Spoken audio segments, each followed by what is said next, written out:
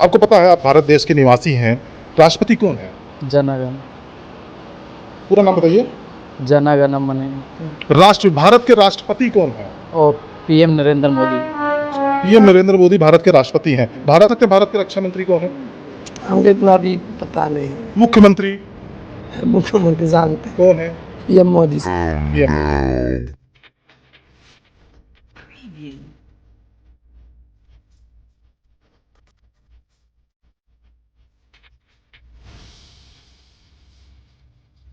Preview.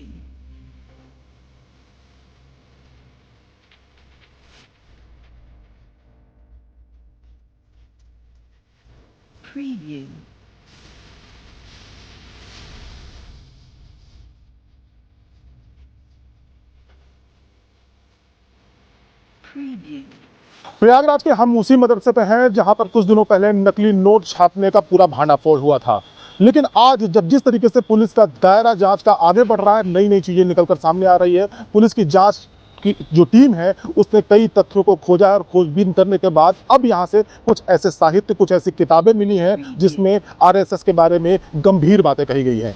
RSS को देश का सबसे बड़ा विद्रोही बताया गया है, सबसे बड़ा दुश्मन बताया गया है। ये किताबें पुलिस की जांच टीम में मिली हैं।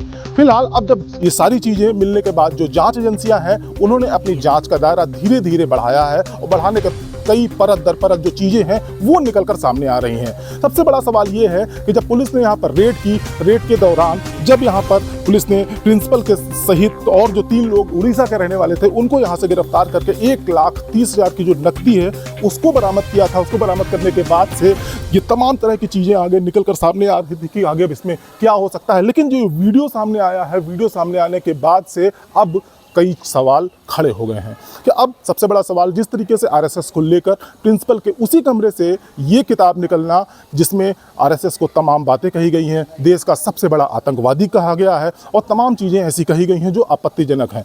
सोचने वाली बात यह है कि जो बच्चे यहाँ पर शिक्षा लेते थे, दीन इलाही की पढ़ाई करते थे, अब ये प्रिंसिपल के द्वारा सबसे बड़ा सवाल ये है कि प्रिंसिपल के द्वारा कि इनको जो शिक्षा दी जाती थी क्या वो इसी संगठन से जुड़ी हुई तो नहीं हो सकती है? क्या वो आतंक विरोधी, आतंकवादी गतिविधियों से जुड़ी हुई तो नहीं हो सकती है? तमाम ऐसे बिंदु हैं जिस पर अब जांच एजेंसियों को काम करना है। फिलहाल पुलिस इनके जितने भी बैंक अकाउंट है उसकी छानबीन कर रही है। बताया जाता है कि लगभग 3 से 4 लाख रुपए का जो खर्चा है वो इस मदरसे का हर महीने का होता है और अभी भी इस मदरसे की अगर बात करें तो लगभग 80 लाख रुपए के आसपास इनके बैंक अकाउंट में पड़े हैं, जो लगभग 3 बैंक अकाउंट हैं। तो फिलहाल जो जांच एजेंसियां हैं और पुलिस हैं वो धीरे धीरे अपनी जांच को आगे बढ़ा रही हैं और अब इसमें कहीं न कहीं से आतंकवादी गतिविधियों की संलिप्तता का भी सवाल होना लाजमी हो रहा है। पुलिस एजेंसियाँ जब जाँच आगे बढ़ाएंगी तो सारी चीज़ें निकल कर सामने आएंगी कि आखिर ये जो पूरा वाकया घटा है नकली नोट से लेकर इस किताब को बरामद होने तक पूरा माजरा क्या। हदीस और कुरान की शिक्षा ग्रहण करने वाला ये वही मदरसा है जहां पर कुछ दिनों पहले नकली नोट का काला बाजार का पूरा कच्चा चिट्ठा सामने आया था।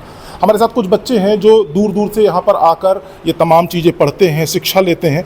लेकिन ये जो पूरा वाकया घटा है और आज जो सबसे बड़ा खुलासा हुआ है कि जो प्रिंसिपल का कमरा था वहाँ से जो किताबें बरामद हुई हैं उन सब चीज़ों को लेकर हम यहाँ बच्चों से समझेंगे कि आखिर जब यहाँ पे पढ़ाई होती थी प्रिंसिपल उनको क्या पढ़ाते थे और ये जो पूरा मामला घटनाक्रम है इससे जुड़ी हुई चीज़ें हम जानने और समझने की कोशिश करेंगे। ये बताइए क्या पढ़ते हैं यहाँ पे आप?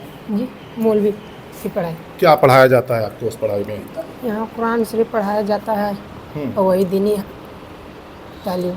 अच्छा, इतना बड़ा मामला हुआ, सुना नकली नोट का मामला हुआ, किताब का मामला, क्या आपको जानकारी थी? नहीं, किसी को नहीं जानकारी इस बारे में, न बच्चे को न उस्ताद को, ऊपर किसी का जाना नहीं था, सबको माना। प्रिंसिपल साहब आपको पढ़ाते थे कभी? नहीं पढ़ाते, हम लोगों को नहीं पढ़ाते थे। ये बताइए, एक किताब का भी जिक्र हो रहा है और अपने आप में एक बड़ी बात है क्योंकि राष्ट्र से जुड़ा हुआ मामला है। उस किताब में आरएसएस को तमाम तरह का आतंकवादी संगठन से जुड़ा हुआ और बताया गया है, नफरत फैलाने वाली बातें हैं।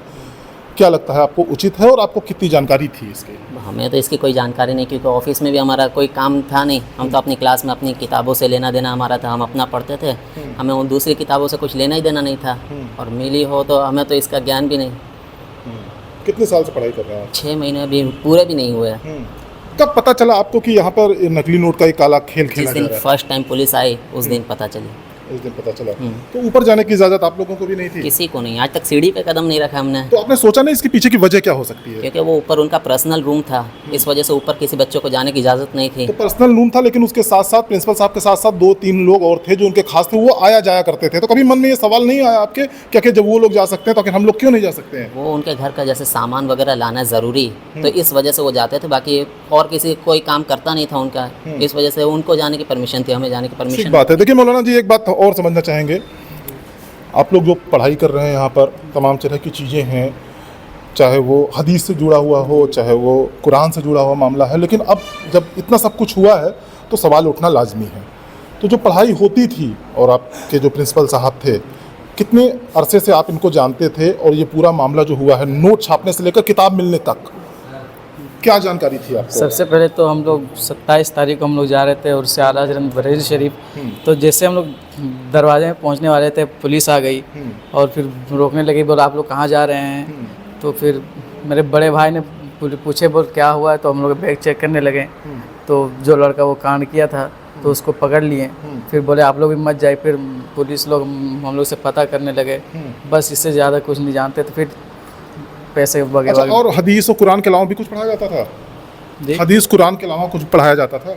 हाँ, बताते थे इंग्लिश। सामाजिक सरोकार से जुड़ी हुई चीज़ें कुछ बताई जाती थी? नहीं, नहीं जब पढ़ाई जाती थी। आपको पता है आप भारत देश के निवासी हैं, राष्ट्रपति कौन है? जनगण पूरा नाम बताइए। जनगण मन। भारत के राष्ट्रपति कौन है? और पीएम नरेंद्र मोदी। पीएम नरेंद्र मोदी भारत के राष्ट्रपति हैं। उत्तर प्रदेश का मुख्यमंत्री कौन है? उत्तर प्रदेश और योगी। योगी। पूरा नाम जानते हैं योगी के? नरेंद्र योगी। अच्छा, सबसे अब चलिए दोबारा, रक्षा मंत्री बता सकते हैं कौन है भारत का रक्षा मंत्री? डिफेंस मिनिस्टर नहीं जानते? चलिए ठीक है, आप बता सकते हैं भारत के रक्षा मंत्री कौन है? हमको इतना भी पता नहीं है। मुख्यमंत्री? मुख्यमंत्री जानते हैं, कौन है? पीएम मोदी से। पीएम मोदी जी। तो देखिए, एक बड़ा सवाल अपने आप में ज़रूर ही उठता है। हालांकि ये बच्चे बाहर से आए हैं, यहाँ पर हदीस की और कुरान की ये शिक्षा ग्रहण कर रहे हैं, लेकिन सामाजिक सरोकार से जो जुड़ी हुई चीज़ें हैं, जो मूलभूत चीज़ें हैं और जो भारत के हर नागरिक को जानना नितांत आवश्यक है, उससे ये पूरी तरीके से अनभिज्ञ हैं। तो एक बड़ा सवाल उठना लाजमी है कि जिस तरीके से यहाँ पर आज जो किताब मिली है आरएसएस को लेकर और तमाम चीज़ें जब जांच एजेंसियां जांच की दायरा को अपने आगे बढ़ाएंगी, तो अब ये सारी चीज़ें आगे जाकर स्पष्ट हो पाएंगी कि आगे इसमें जो संलिप्तता है वो किसकी है और इसके तार कहाँ कहाँ जुड़े हुए हैं।